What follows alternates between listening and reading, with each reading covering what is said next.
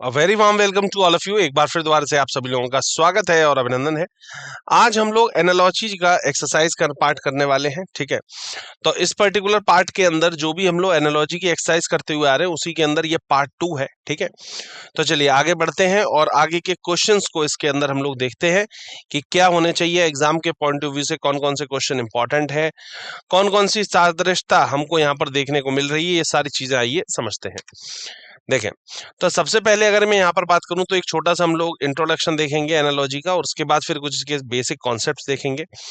यहीं पर अगर मैं टाइप्स ऑफ एनालॉजी की बात करूं तो सबसे पहले 4 तरीके की एनालॉजीज होती हैं। एक होती है वर्ड एनालॉजी, दूसरी अल्फाबेट एनालॉजी, तीसरी नंबर एनालॉजी और चौथी होती है लेटर एनालॉजी। ठीक है, तो वर्ड एनालॉजी को 7 पार्ट्स में डिवाइड किया गया है। Analogous pair completion, analogous pair selection, similar word selection, analogy detection, multiple word analogy, double analogy, analogy based on choosing letters पर। ठीक है, इसके बाद अल्फाबेट एनालॉजी है, फिर उसके बाद choosing a number, choosing a similarly related pair in the given numbers pair, choosing a number similar to set of the numbers and choosing a number set similar to the given number set, और फिर letter number analogy दी हुई है। ठीक है, तो इस तरीके से टोटल 4 तरीके की एनालॉजी है जिसके क्वेश्चंस को हम लोगों को सॉल्व करना है। ठीक है, चलिए डिस्क्लेमर, अस्वीकरण। हमारे स्लाइड डेक में उपयोग की गई छवियां केवल शैक्षिक उद्देश्यों के लिए है। हम इन छवियों के मूल रचनाकारों और मालिकों की बौद्धिक संपदा और अधिकारों का सम्मान करते हैं। यदि आप इस डेक में उपयोग की गई किसी भी छवि के मालिक हैं और कोई चिंता या समस्या है तो कृपया करके हमें sathi@iitk.ac.in पर हमसे संपर्क करें, हम छवियां हटा देंगे। Thank you. तो सबसे पहले यहाँ पर सादृश्यता की अगर मैं बात करूं, सो सादृश्यता के अंदर सबसे पहले यहाँ पर इंट्रोडक्शन और कुछ बेसिक कॉन्सेप्ट। भाई एनालॉजी क्या है? एनालॉजी होता ये है कि आपको कोई भी 2 वर्ड्स जैसे दिए जाते हैं, पहले एक वर्ड का रिलेशन दूसरे वर्ड से होगा और फिर थर्ड वर्ड का रिलेशन हमें निकाल करके फोर्थ का हमें निकालना होता है। ठीक है, तो फर्स्ट का सेकंड से रिलेशन दिया जाता है और थर्ड का फोर्थ से रिलेशन हमें निकालना होता है। ठीक है, तो होता क्या, अब इसके अंदर काफी तरीके की होती है, काफी बार वर्ड्स दे दिए जाते हैं, कभी कभी अल्फाबेट दे दिए जाते हैं, कभी नंबर्स दे दिए जाते हैं। इस तरीके की अलग अलग एनालॉजीज आपको दी जाती है। ठीक है, तो यहां पर अगर बात करूं तो identify the relationship between the pair element. जो भी पेयर आपको दिया हुआ पहले तो रिलेशनशिप निकालना होता है, फिर उसके बाद कंप्लीट करना होता है उस पेयर को। ठीक है, तो पहले आपको रिलेशनशिप फाइंड करना है और उसके बाद उस पेयर को आपको कंप्लीट कर देना है। बेसिकली यही दो तरीके होते हैं इस क्वेश्चन को करने के, या फाइनल तरीका होता है इस क्वेश्चन को हमेशा करने का। सबसे पहले रिलेशनशिप निकालना और उसके बाद सेकंड वाले पे उसको अप्लाई कर देना। ठीक है, चलिए अब सबसे पहले आते हैं यहाँ पर वर्ड एनालॉजी। इसको आप वर्ड एनालॉजी कह सकते हैं और इसको वर्ल्ड एनालॉजी भी कह सकते हैं। वर्ल्ड का मतलब संसार वाला वर्ल्ड। ठीक है, क्योंकि इसके अंदर संसार की सारी चीजें आ रही हैं, तो इसीलिए इसको हम लोग वर्ड एनालॉजी भी कह सकते हैं। अब वर्ड एनालॉजी के अंदर काफी बार शब्द ऐसे देखे जाते हैं जो कि आपके जीएस से रिलेटेड है। ये जो वर्ड एनालॉजी है बेसिकली ये आपकी जीएस से रिलेटेड ही है। आपको इंडिया दे दिया जाएगा, उसका कैपिटल दे दिया जाएगा, करेंसी, कैपिटल, कुछ भी चीज उठा करके इसके अंदर आपसे पूछी जा सकती है। ठीक है, तो आइए जरा कुछ नजर मारते हैं कि किन किन चीजों के बारे में यहाँ पर जानकारी पूछ ली जाती है वर्ड एनालॉजी के अंदर। तो वर्ड एनालॉजी के अंदर एक तो सिनोनिम्स वर्ड आ जाते हैं। सिनोनिम्स का मतलब होता है एक जैसे। ठीक है, समानार्थी शब्द जिसे हम लोग कहते हैं। इसके बाद कुछ एंटोनिम वर्ड्स आ जाते हैं। एंटोनिम का मतलब हो जाता है विलोम। ठीक है, मतलब अपोजिट हो गया, जैसे गहरा, उथला, सूचना, नजरअंदाज। ठीक है, नोटिस करना, इग्नोर करना, क्रिएट करना, डिस्ट्रॉय करना। ठीक है, और सिनोनिम्स कौन से हो गए जो एक जैसे हो गए, किस चीज की डेर्थ या स्कार्सिटी एक जैसा हो गया, वैकेंट या एम्प्टी एक जैसा हो गया। ठीक है, तो ऐसे काफी बार ये शब्द भी ऐसे पूछ लिए जाते हैं। और क्या आ जाता है, कंट्री और कॉन्टिनेंट पूछ लिया जाता है, जैसे इंडिया एशिया के अंदर, Brazil south America, France Europe, Canada north America. किसी एक का दिया जाता है और दूसरे का पूछ लिया जाएगा। क्वेश्चन कैसे आ जाएगा, जैसे इंडिया के आगे एशिया लिख देगा और फिर ब्राजील के आगे क्वेश्चन मार्क लगा देगा। अब आपको ये बात पता होना चाहिए कि ब्राजील का जो कॉन्टिनेंट है वो साउथ अमेरिका है। तो ये अगर आपको पता होगा तो आराम से आंसर बता पाएंगे आप। तो बेसिकली ये जितना भी देखा जाए तो ये इसमें कहीं ना कहीं जीएस का बहुत बड़ा रोल हो जाता है। ठीक है, आगे इसी के अंदर बात करूं, कंट्री एंड कैपिटल आ जाती है। देश दिया हुआ है, उसकी राजधानी आ जाती है, Japan Tokyo, Nepal Kathmandu, Italy Rome, Russia Moscow, किसी का भी कंट्री कैपिटल आ जाएगा। अगला क्या है, स्टेट और कैपिटल है, कोई भी स्टेट दिया हुआ है उसका कैपिटल, उत्तर प्रदेश लखनऊ, उड़ीसा भुवनेश्वर, किसी का भी कैपिटल पूछा जा सकता है। कंट्री और करेंसी आ जाती है, आपको एक कंट्री के दिया जाएगा, मूल्य आ जाएगा, यूएसए में डॉलर चलता है, तो बताइए ग्रीस में क्या चलेगा, तो आपको पता होना चाहिए कि भाई यूरो चलेगा। थाईलैंड बाht, म्यांमार के अंदर क्या चलते हैं, इस तरीके से ये हो जाता है। इसके बाद में कंट्री और पार्लियामेंट का नेम आ जाता है काफी बार, देश और उसकी संसद का नाम क्या है। इंडिया को पार्लियामेंट कहते हैं, ईरान में मजलिस कहते हैं, रशिया में डूमा कहते हैं, यूएसए में कांग्रेस कहते हैं, अलग अलग नाम है। कंट्री और रिवर का रिलेशन काफी बार आ जाता है, इस देश के अंदर ये रिवर बहती है तो इस देश के अंदर कौन सी रिवर बहती है। इंडिया गंगा है, चाइना हवांग है, ब्रिटेन में थैमस है, ठीक है। एनिमल और यंग वंस आ जाते हैं काफी बार, यंग वंस का मतलब हो गया उनके बच्चे, जानवर और उनके बच्चे, जो भी जानवर है और उसका बच्चा क्या हो रहा है, जैसे cat kitten, stag fawn, tiger cub, इस तरीके से हो जाता है। इसके बाद क्या है, animal things and their keeping place, birds ivory के अंदर, ठीक है, फिश एक्वेरियम के अंदर, बीज एपरी के अंदर, एनिमल जू, इस तरीके से मतलब आपको दिया जाता है जानवर और उनको रखने का स्थान, के कौन सा जानवर है उसको कहां पर रखा जाएगा, ठीक है। इसके बाद आगे दिया हुआ मेल और फीमेल, कोई भी मेल है तो उसका फीमेल क्या है, डॉग है, bitch, horse, mare, lion, lioness, stag, doe, ठीक है। इसके बाद वर्कर और टूल, कौन सा वर्कर है और वो क्या टूल का इस्तेमाल करता है, ठीक है। जैसे कारपेंटर है, सौ बढ़ई भाई जो होगा वो आरी का इस्तेमाल करेगा, मजदूर है वो फावड़े का इस्तेमाल करेगा, राजमिस्त्री है वो प्लम लाइन का इस्तेमाल करेगा, वॉरियर है तो वो तलवार का इस्तेमाल करेगा, ठीक है। तो कौन सा कर्मी है और वो क्या टूल यूज कर रहा है। प्रोडक्ट और रॉ मटेरियल, जो भी फाइनल प्रोडक्ट बन के आ रहा है उससे पहले उसका रॉ मटेरियल क्या रहा है। जैसे पेपर बन के तैयार होता है तो वो पल्प से बन के तैयार होता है, फर्नीचर बना वो वुड से बना, फैब्रिक बना वो यान से बना, तो कौन सा प्रोडक्ट बन रहा है और किस रॉ मटेरियल से बन रहा है, ठीक है। वर्कर और वर्किंग प्लेस, कौन सा वर्कर है और वो कहाँ काम करेगा, उसी जगह क्या है। शेफ है किचन में काम करेगा, एस्ट्रोनॉमर ऑब्जर्वेटरी में काम करता है, वेटर जो है तो रेस्टोरेंट में काम करता है, ठीक है, इस तरीके से। लॉयर कोर्ट में काम करता है। क्वांटिटी और यूनिट पे क्वेश्चन आता है, मात्रा और इकाई, क्या मात्रा है उसकी, क्या क्वांटिटी है और उसकी यूनिट क्या है, ठीक है। Resistance, ohm, pressure, pascal, temperature, degree, इस तरीके से ये दे दिया जाता है। आगे इसी के अंदर अगर मैं बात करूं, इंस्ट्रूमेंट एंड मेजरमेंट, इंस्ट्रूमेंट का मतलब हो गया क्या इंस्ट्रूमेंट है और क्या उसका मेजरमेंट है, उपकरण और उसके मापने की क्षमता, ठीक है। Thermometer, temperature, nanometre, wind, seismograph, earthquake, ठीक है, ऐसे सबका आपको दिया हुआ है। इसके बाद tool and action, tool and action का मतलब हो गया क्या टूल है और उस पर क्या एक्शन हो रहा है। Microscope, magnify, shield, guard, spoon, feed, ठीक है। उपकरण और क्रिया कौन सी हो रही है ये आपको ध्यान रखना है, ठीक है। इसके बाद स्टडी एंड टॉपिक, किस बारे में आप स्टडी कर रहे हैं और क्या टॉपिक है, ठीक है। जैसे बर्ड्स की स्टडी करने को ऑर्निथोलॉजी बोला गया, फॉसिल्स की स्टडी करने को ये बोला गया, इंसेक्ट के लिए एंटोमोलॉजी, सॉइल के लिए पेडोलॉजी, हार्ट के लिए कार्डियोलॉजी, तो सबके लिए आपको दी हुई है कौन सी किसके लिए स्टडी है। आगे बात करूं इंडिविजुअल एंड ड्वेलिंग प्लेस, ठीक है। ड्वेलिंग प्लेस का मतलब हो गया वो व्यक्ति जो जहां पर रहता है, कौन सा व्यक्ति और वो कहाँ रहता है। माउस है होल में रहता है, एस्कोमो जो होता है इग्लू में रहते हैं, ठीक है। सोल्जर्स बैरक में रहते हैं, तो ऐसे सबका रहने का स्थान कौन कहां पर रहता है। गेम्स एंड प्लेइंग प्लेस, कौन सा गेम है उसको किस जगह पर खेला जाता है, क्रिकेट पिच पर, टेनिस कोर्ट पर, स्केटिंग रिंग पर, कौन सा खेल कहां पर हो रहा है। इसके बाद में स्पोर्ट्स प्लेयर, स्पोर्ट्स दिया होगा और उसका प्लेयर कौन सा है, टेनिस सानिया मिर्जा है, बैडमिंटन साइना नेहवाल, हॉकी संदीप सिंह, ये दिया होता है। स्पोर्ट्स एंड स्पोर्ट्स टीम, मतलब कौन सा स्पोर्ट्स है और स्पोर्ट्स के टर्मिनोलॉजीज क्या है। जैसे स्मैश जो बोला जाता है ये बैडमिंटन और टेनिस के रिस्पेक्ट में बोला जाता है, ठीक है। होम रन बोला जाता है बेसबॉल के लिए, डायमंड बोला जाता है बेसबॉल के लिए, सबके लिए अपने अलग अलग अलग है। पेनल्टी कॉर्नर होता है हॉकी के अंदर, ठीक है। तो ये टर्मिनोलॉजीज है। इसके बाद स्पोर्ट्स एंड देयर कप, कौन सा स्पोर्ट है और उसके लिए कौन सा कप होता है, ठीक है। गोल्फ होता है राइडर कप, ठीक है, फुटबॉल के लिए दुरंत कप होता है, बैडमिंटन के लिए ऊबर कप होता है। एनिमल और उनका साउंड, कौन सा एनिमल है और वो क्या साउंड्स प्रोड्यूस कर रहा है। लॉयन राउर कर रहा है, हॉर्स नीइंग कर रहा है, डॉग बार्क कर रहा है, फ्रॉग क्रूक कर रहा है। हर एक एनिमल का कौन सा साउंड हो रहा है ये भी आपको देखना है इसमें। अगला कंट्री एंड नेशनल गेम, कौन सा कंट्री है और उसमें कौन सा नेशनल गेम होता है। ब्रिटेन के अंदर क्रिकेट हो रहा है, India hockey, USA baseball, Japan judo, सबके आपको इसके अंदर दिए हुए हैं कंट्री और उनके नेशनल गेम्स दिए हुए हैं। इसके बाद कंट्री और नेशनल एम्बलम दिया हुआ है, कौन सा राष्ट्रीय प्रतीक है किसका, ठीक है, इंडिया का लॉयन कैपिटल है, यूके का रोज है, सबके आपको दिए हुए हैं यहाँ पर।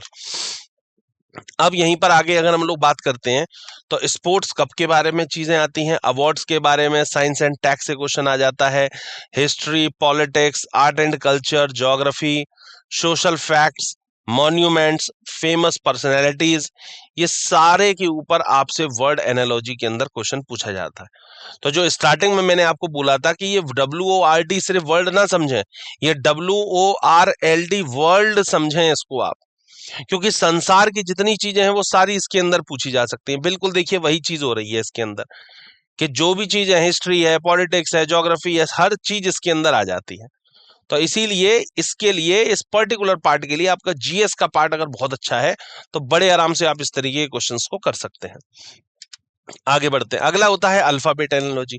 अब अल्फाबेट एनालॉजी जो होती है वो अल्फाबेट्स पर आधारित होती है। आपको कोई भी क्वेश्चन दिया जाएगा, उसमें अल्फाबेट लेके, जैसे बोल रखा है ABC, तो अगले में लिख दिया DEF, अब फिर उधर दे दिया आपको PQR, अब अगला आपको पूछा गया है तो अगला हो जाएगा STU।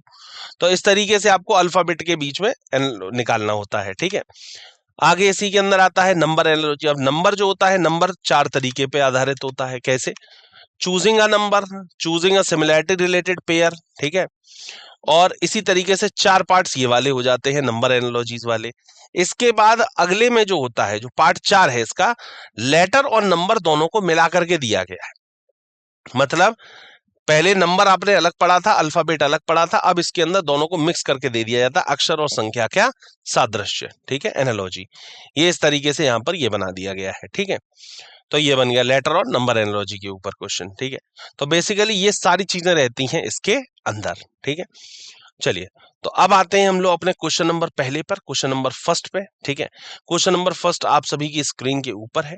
क्वेश्चन को बहुत ध्यान से पढ़ना है, बहुत ध्यान से समझते हुए तब क्वेश्चंस को हमें करना है, ठीक है। तो पहला क्वेश्चन आपकी स्क्रीन के ऊपर आया है, क्या? टेम्परेचर थर्मोमीटर, बिल्कुल इस तरीके का हो गया, वही मापने वाली चीज हो गई, कौन सा किससे नापा जा रहा है। टेम्परेचर थर्मोमीटर, तो ह्यूमिडिटी के लिए क्या होना चाहिए? तापमान थर्मामीटर, तो आर्द्रता किससे नापी जाएगी, ह्यूमिडिटी किससे नापी जाएगी। ऑप्शंस दिए गए थे स्पेक्ट्रोमीटर, सीस्मोमीटर, हाइग्रोमीटर या ऑस्मोमीटर। स्पेक्ट्रोमीटर, सीस्मोमीटर, हाइग्रोमीटर या फिर ऑस्मोमीटर, ठीक है। एक बार क्वेश्चन को ट्राई करें फिर इसके सॉल्यूशन पर देखते हैं जी।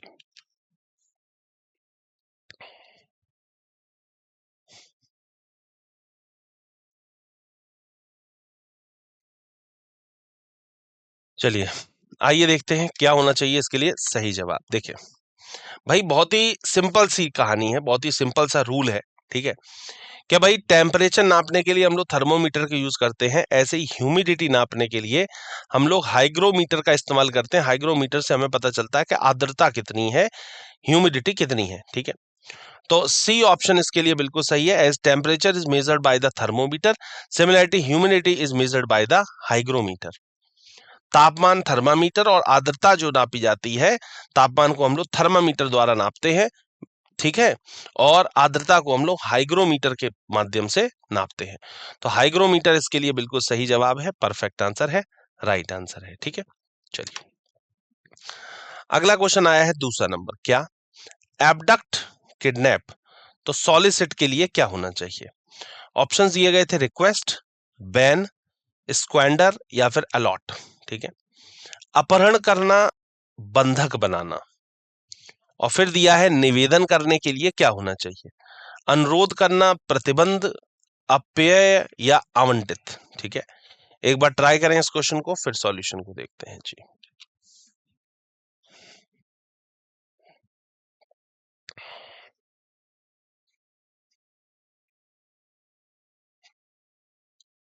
चलिए आइए देखते हैं क्या होना चाहिए इसके लिए सही जवाब। देखें भाई, अपहरण करना और बंधक बनाना, इन दोनों का मीनिंग एक जैसा ही हो गया।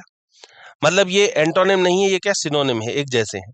अब निवेदन करने का जैसा और क्या है, अनुरोध करना। प्रतिबंध तो अलग हो गया, अपव्यय आवंटित नहीं।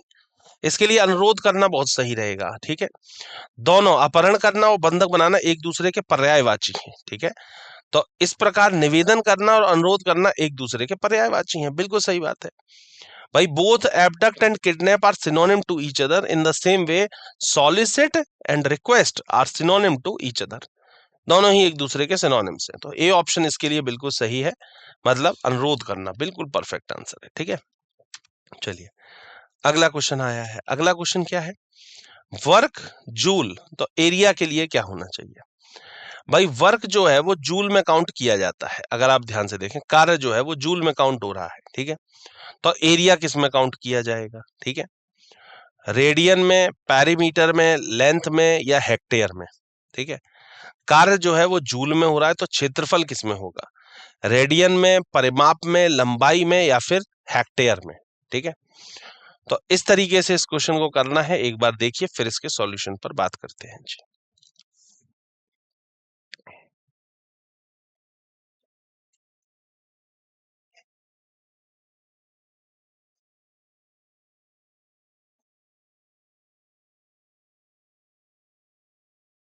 चलिए देखते हैं क्या होना चाहिए इसके लिए सही जवाब। देखें अवधारणा यही है, जिस प्रकार कार्य को जूल में नापा जाता है, कार्य जो होता है वो जूल में नापते हैं, ऐसे क्षेत्रफल को हम लोग हमेशा किस में नापते हैं, ये पूछा गया है। क्षेत्रफल को हम लोग किस में नापेंगे, ये पूछा गया हेक्टेयर में। किस में नापेंगे, हेक्टेयर में। हेक्टेयर का मतलब हो जाता है D option, radian, parameter, length या फिर हेक्टेयर। हेक्टेयर इसके लिए बिल्कुल सही होगा। कार्य जूल में नापा जाता, मतलब कौन सा चीज है और उसकी इकाई क्या है। तो कार्य जूल में नापता है, क्षेत्रफल हमेशा हेक्टेयर के अंदर नापा जाता है। तो डी ऑप्शन हेक्टेयर इसके लिए सही है, परफेक्ट आंसर है, राइट आंसर है।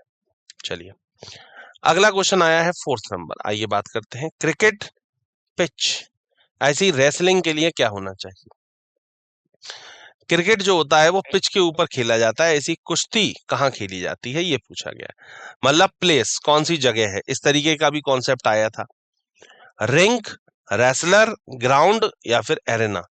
रिंक पहलवान, मैदान या फिर अखाड़ा, ठीक है।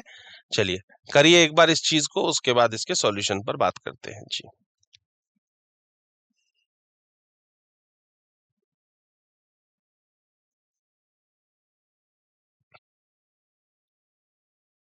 चलिए आइए देखें क्या होना चाहिए इसके लिए सही जवाब। देखें भाई, क्रिकेट जो होता है वो पिच के ऊपर खेला जाता है, ऐसी कुश्ती जो होती है वो कहाँ खेली जाती है, कुश्ती जो होती है वो अखाड़े में खेली जाती है, अखाड़े में। तो इसका मतलब डी ऑप्शन इसके लिए सही है, दूसरा पहले का खेलने का स्थान है। यहाँ पिच क्रिकेट का खेलने का स्थान है, उसी तरह अखाड़ा जो होता है वो कुश्ती का खेलने का स्थान है। Here pitch is the playing place of cricket, in the same way arena is the playing place of wrestling। wrestling को हम लोग arena में खेलते हैं, रिंक में नहीं खेलते हैं, रिंक में स्केटिंग होती है, ठीक है। हाँ, वो आपने रिंग शायद सुना होगा, रिंग के अंदर वो रेसलिंग रिंग वो एक अलग चीज हो जाती है, नहीं वो रिंग होता है, रिंक नहीं होता। रिंक जो दे रखा है ये होता है पर्टिकुलर स्केटिंग के लिए, जो स्केटिंग हम लोग करते हैं उसके लिए होता है, ठीक है। चलिए अगला क्वेश्चन आया है 5th नंबर। भाई आई जो है वो विंग करती है, विंग का मतलब होता है झपकना, ऐसे ही हर्ट क्या करता है, थ्रॉब, मूव, पंप या रेस्पिरेट। आंख, झपक, तो दिल के लिए क्या होना चाहिए, धड़कना, हिलना, पंप करना या श्वास लेना, ठीक है। चलिए क्वेश्चन आपके सामने है, देखिए एक बार क्या करना है, फिर सॉल्यूशन देखते हैं जी।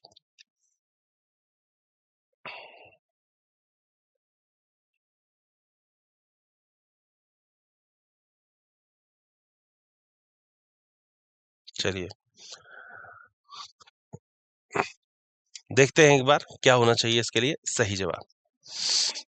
देखिए आंख जो होती है वो झपकती है, ऐसी दिल जो होता है वो क्या करता है, धड़कता है, ठीक है। धड़कना या फिर धड़कना या धड़क एक ही बात है।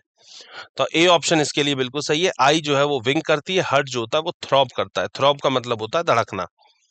As an eye can wink which is a specific action that an eye can perform. ये एक स्पेसिफिक एक्शन है जो सिर्फ आंख ही कर सकती है। आपका पूरे शरीर के अंदर आई ही ऐसी है जो कि विंक कर सकती है, ठीक है। Similarly pump is also a specific action, ये भी एक स्पेसिफिक एक्शन है पूरी बॉडी के अंदर जो सिर्फ हार्ट कर सकता है। That the heart perform as the heart pumps blood, heart जो होता है वो ब्लड को पंप करता है। जैसे एक आंख झपक सकती है जो एक विशिष्ट क्रिया है जो एक आंख कर सकती है, इसी प्रकार पंप भी एक विशिष्ट क्रिया है जो हृदय करता है क्योंकि रक्त पंप करता है, ठीक है। तो इसके लिए ए ऑप्शन धड़कना बिल्कुल सही है, थ्रॉप परफेक्ट आंसर है। चलिए अगला क्वेश्चन आया है 6 नंबर, आइए पढ़ते हैं। पिट्यूटरी ब्रेन, तो थाइमस के लिए क्या होना चाहिए? लैरिंक्स, स्पाइनल कॉर्ड, थ्रोट या फिर चेस्ट? पिट्यूटरी मतलब मस्तिष्क लिखा हुआ है, तो थाइमस के लिए क्या होना चाहिए? कंठनली, रीढ़ की हड्डी, गला या छाती, ठीक है। चलिए करिए एक बार क्वेश्चन को, फिर आंसर पर बात करते हैं जी।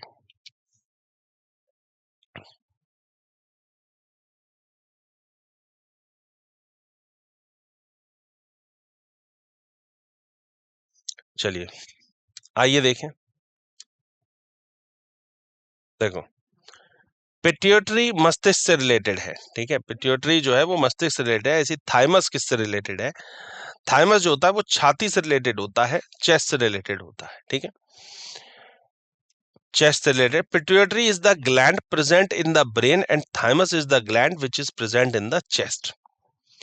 पिट्यूटरी मस्तिष्क में स्थित एक ग्रंथि है और उसी प्रकार थाइमस जो होती है वो छाती में स्थित एक ग्रंथि है। तो इसका मतलब डी ऑप्शन इसके लिए बिल्कुल सही होगा, छाती, chest. Thymus is related to chest and pituitary is related to brain. Pituitary मस्तिष्क से संबंधित है, थाइमस का छाती से संबंध है। बहुत सही। अगला क्वेश्चन, अगला क्वेश्चन दिया हुआ है फील्ड फार्मर, तो ऑब्जर्वेटरी के लिए क्या होना चाहिए? Field is related to farmer, in the observatory related to stars, astronomer, telescope या एस्ट्रोनॉट? ऑप्शन इधर हिंदी में अगर पढ़े तो खेत किसान, तो वेधशाला किसके लिए है? तारे के लिए, खगोल शास्त्री के लिए, दूरबीन के लिए या अंतरिक्ष यात्री के लिए? करिए एक बार क्वेश्चन को, फिर सॉल्यूशन को बात करते हैं जी।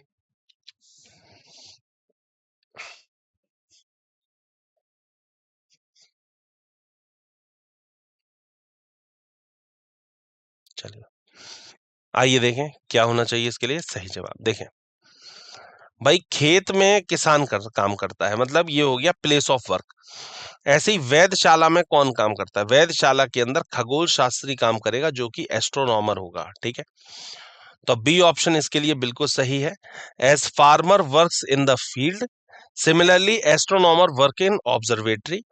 जैसे किसान खेत में काम करता है, इसी प्रकार खगोल शास्त्री जो होता है वो वेधशाला में काम करता है। तो वेधशाला इसके लिए ये खगोल शास्त्री बिल्कुल सही है, एस्ट्रोनॉमर परफेक्ट आंसर है, राइट आंसर है। चलिए अगला क्वेश्चन आया है 8 नंबर, आइए बात करते हैं। यूएसए कांग्रेस, तो ईरान के लिए क्या होना चाहिए? ये क्या है? ये है, ध्यान दीजिएगा, इस तरीके की चीज अभी मैंने आपको बताई भी थी कॉन्सेप्ट के अंदर। ये है कि यूएसए कांग्रेस, ध्यान दीजिए, और ईरान के अंदर क्या होना चाहिए? पार्लियामेंट का नेम कुछ बताया था, वही चीज है इसके अंदर, ठीक है, संसद। तो यूएसए कांग्रेस, तो ईरान के लिए क्या होना चाहिए? एल्थिंग, स्टॉटिंग, मजलिस या कॉर्टेस? मतलब USA is related to Congress, in the same way Iran का संबंध किससे है? अल्थिंग से, स्टॉटिंग से, मजलिस से या फिर कॉर्टेस से, ठीक है। मतलब वहां की संसद का नाम क्या है, ठीक है, वो ये पूछना चाहते हैं, ठीक है। चलिए देखिए एक बार, फिर आंसर पर बात करते हैं जी।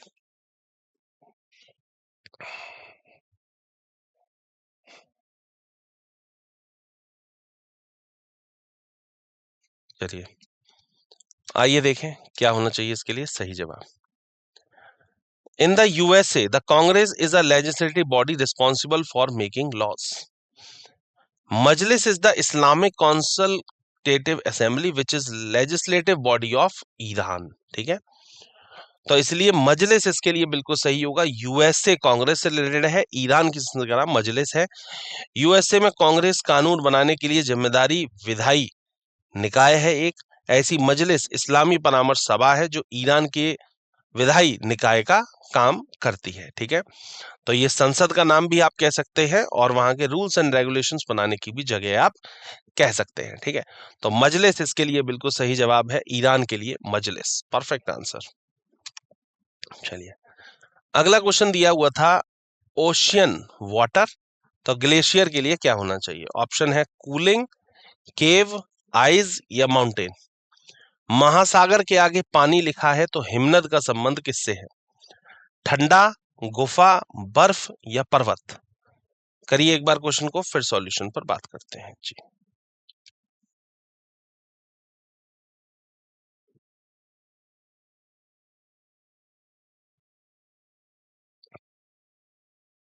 चलिए, आइए देखें क्या होना चाहिए इसके लिए सही जवाब। इसका सही आंसर होगा बर्फ, बिल्कुल सही बात है, आइस। भाई महासागर के अंदर पानी बह रहा है, ऐसी हिमनद के अंदर क्या बह रही है? बर्फ बह रही है। जैसे महासागर का संबंध पानी से, उसी प्रकार हिम्मत का संबंध बर्फ से है, बिल्कुल सही बात है। Ocean is related to water, in the same way glacier is related to ice, बिल्कुल सही, परफेक्ट आंसर, राइट आंसर। चलिए, अगला क्वेश्चन आया है 10th नंबर, देखें। मिनिस्टर्स काउंसिल, तो सेलर्स के लिए क्या होना चाहिए? Minister is related to council, in the same way sailors is related to sea, the options are sea, captain, crew and ship. मंत्रियों का संबंध अगर परिषद से है तो नाविक का संबंध किससे होगा? समुद्र से, कप्तान से, दल से या फिर जहाज से? ठीक है, ये चीज है। करिए एक बार इस क्वेश्चन को, फिर सॉल्यूशन पर बात करते हैं जी।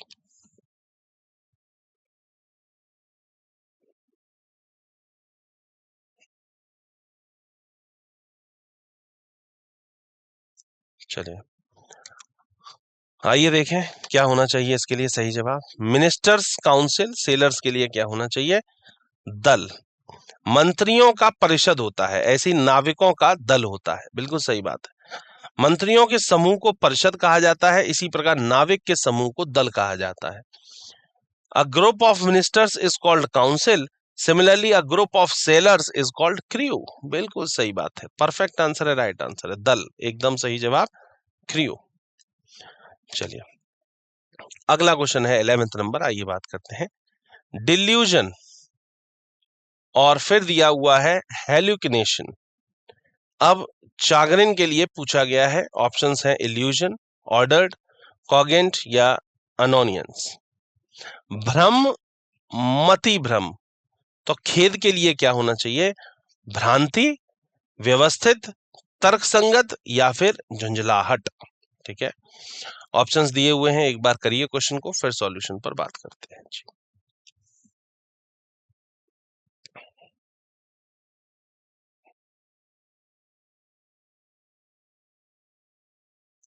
चलिए, आइए देखते हैं क्या होना चाहिए इसके लिए सही जवाब। देखिए, बिल्कुल इसके लिए झुंझलाहट बिल्कुल सही बात है, एकदम परफेक्ट आंसर है। शब्द एक दूसरे के पर्यायवाची हैं, एक जैसे हैं। भाई भ्रम हो जाए या मति भ्रम हो जाए, एक ही बात है। खेद होना या झुंझलाहट सी आना, ये भी एक बात होती है। ठीक है, इसलिए खेद का पर्यायवाची झुंझलाहट है, बिल्कुल सही बात है, परफेक्ट आंसर है, राइट आंसर है, एकदम सही जवाब, डी ऑप्शन, बिल्कुल सही। चलिए, अगला क्वेश्चन आया है 12th नंबर, आइए बात करते हैं। Skating is related to rink in the same way as tennis is related to court, arena, pitch, racket. Skating rink से उसी प्रकार से संबंधित है जैसे टेनिस संबंधित है कोर्ट से, अखाड़ा से, पिच से या फिर रैकेट से। अब एक बात पर ध्यान दीजिएगा, स्केटिंग और रिंक दिया गया था, मैंने कहा था ना रिंक होता है, स्केटिंग करी जाती है रिंग के अंदर, वही चीज यहां पर आई है। खेलने का स्थान, कौन सा खेल किस जगह पर होता है, उसका प्लेस क्या है, वो इसके अंदर पूछा जा रहा है। ठीक है, करिए एक बार, फिर सॉल्यूशन पर बात करते हैं जी।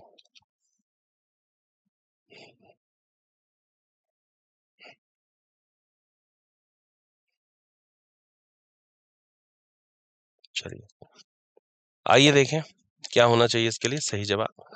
इसके लिए ए ऑप्शन बिल्कुल सही है, कोर्ट। ठीक है, स्केटिंग जो होती है वो रिंग में होती है, ऐसे ही टेनिस जो खेला जाता है वो कोर्ट में खेला जाता है। स्केटिंग रिंग में होता है, उसी प्रकार कोर्ट टेनिस का खेलने का स्थान है। बिल्कुल सही बात है, परफेक्ट आंसर है कोर्ट, एकदम सही जवाब। ठीक है, court is the place where tennis will be played, जहां पर खेला जाएगा। ठीक है, जैसे रिंग स्केटिंग का खेलने का स्थान है, उसी प्रकार कोर्ट जो है वो टेनिस के खेलने का स्थान होता है। As ring is playing place of skating, similarly court is the playing place of tennis. ठीक है, चलिए अगले क्वेश्चन पे मूव कर रहे हैं। 13th क्वेश्चन क्या है, बोला गया था cup is related to crockery in the same way pen is related to paper, books, stationery या इंक। कप क्रॉकरी से उसी प्रकार संबंधित है जैसे पेन संबंधित है कागज से, किताबों से, स्टेशनरी से या फिर स्याही से। इन चारों में से किससे संबंधित है ये आपको बताना है। ठीक है, करें एक बार फिर आंसर बात करते हैं जी।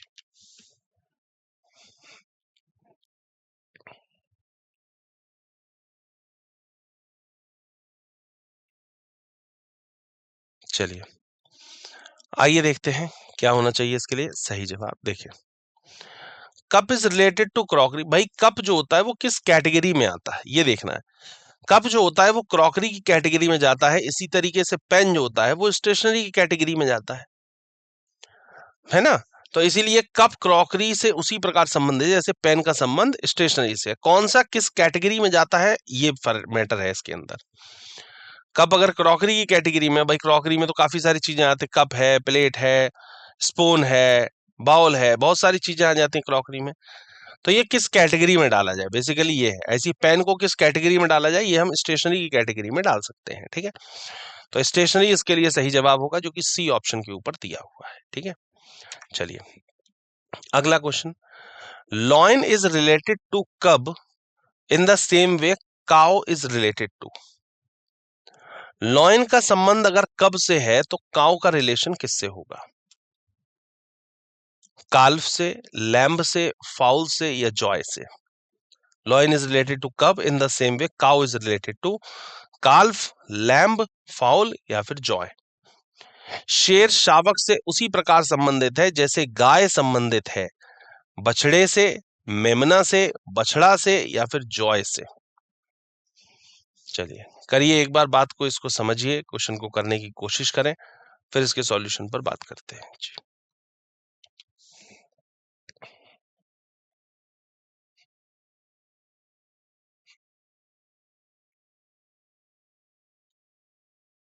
चलिए आइए देखें क्या होना चाहिए इसके लिए सही जवाब। भाई lion is related to cub in the cow, मतलब ये यंग वन, उसके बच्चे को क्या बोला जाएगा। शेर के बच्चे को शावक बोलते हैं, ऐसे ही गाय के बच्चे को हम लोग बछड़ा बोलते हैं। जैसे शावक शेर का बच्चा होता है, उसी प्रकार बछड़ा जो है वो गाय का बच्चा है। बिल्कुल सही बात है, और इंग्लिश में हम लोग इसे कहते हैं काल्फ।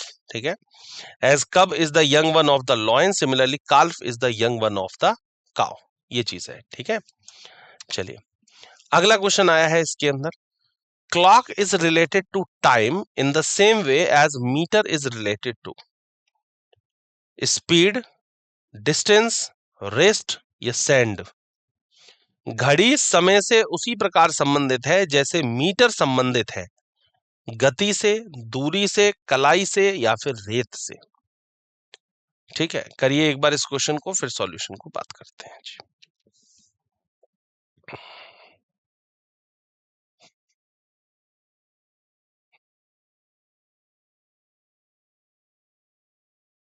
चलिए भाई सिंपल सी बात है, घड़ी में हम लोग समय देखने का काम करते हैं, ऐसे ही मीटर से क्या करते हैं, मीटर से हम लोग दूरी नापने का काम करता है कि भाई कितनी दूरी पर है, क्या है, मीटर में हम लोग काउंट किया जाता है। ठीक है, clock is related to time in the same way distance, meter is related to distance, हम लोग दूरी नापने का काम करते हैं। As a clock measures time, similarly distance measures the meter. जैसे घड़ी समय को मापती है, उसी प्रकार दूरी को मीटर मापता है। ठीक है, तो बिल्कुल सही बात है, इसके लिए दूरी परफेक्ट आंसर है, डिस्टेंस राइट आंसर है, बिल्कुल सही। Next question, museum is related to curator in the same way prison is related to warden, monitor, manager और जेलर। संग्रहालय का संबंध अगर अध्यक्ष से उसी प्रकार संबंधित है जैसे कारागार संबंधित है। कारागार किससे संबंधित है? वार्डन से, मॉनिटर से, प्रबंधक से या फिर जेलर से। ठीक है, क्वेश्चन आपको दिया हुआ है, एक बार क्वेश्चन को ट्राई करें फिर आंसर पे बात करते हैं जी।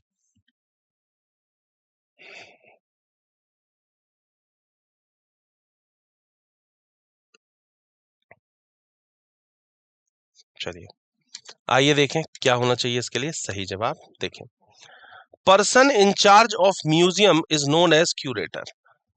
Similarly likewise person in charge of prison is called jailer.